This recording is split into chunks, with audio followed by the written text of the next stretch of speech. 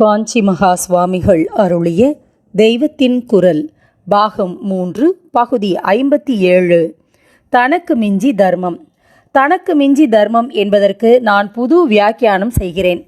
எது உயிர் வாழ்வதற்கு அத்தியாவசியமோ, எதெல்லாம் இல்லாவிட்டால் உயிர் வாழ முடியாதோ, அந்த பேர் நெசசிட்டிஸுக்கு தேவையானதைத்தான் தனக்கு என்று இங்கே சொல்லி இருப்பதாக புரிந்து கொள்ள வேண்டும்.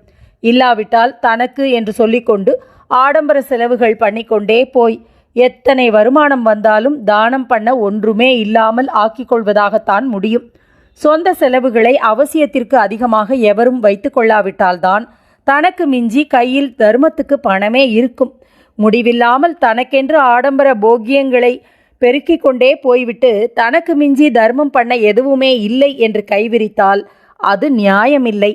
ஆனதால் தனக்கென்று எவ்வளவு குறைவாக செலவழிக்க முடியுமோ அப்படி எளிமையாக வாழ்ந்து மிச்சம் பிடித்து அதை தர்மத்துக்கு செலவழிப்பதுதான் தனக்கு மிஞ்சி தர்மம்.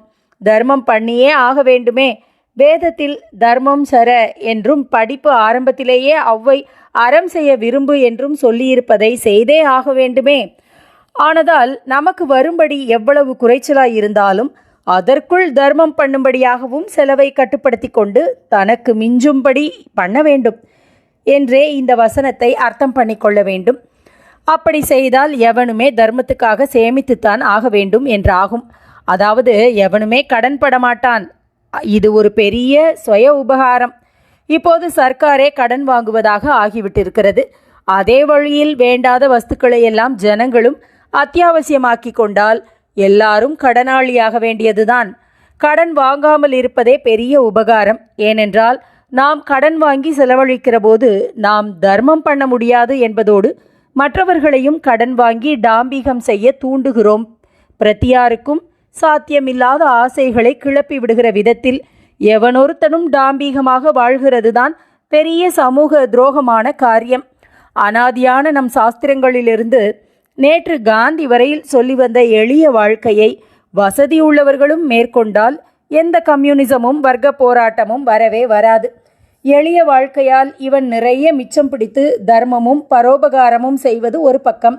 இதைவிட முக்கியமாக மற்றவர்களுக்கு ஆசை, அசூயை, கடன் இவற்றை ஏற்படுத்தாமல் இருக்கிறானே, இதுதான் பெரிய உபகாரம். வரவே சிறுத்து செலவே பெருகினால் அது திருடு என்றே ஆன்றோர் மொழி இருக்கிறது. கடன் வாங்கின பணம் இன்னொருத்தனுடையது தானே.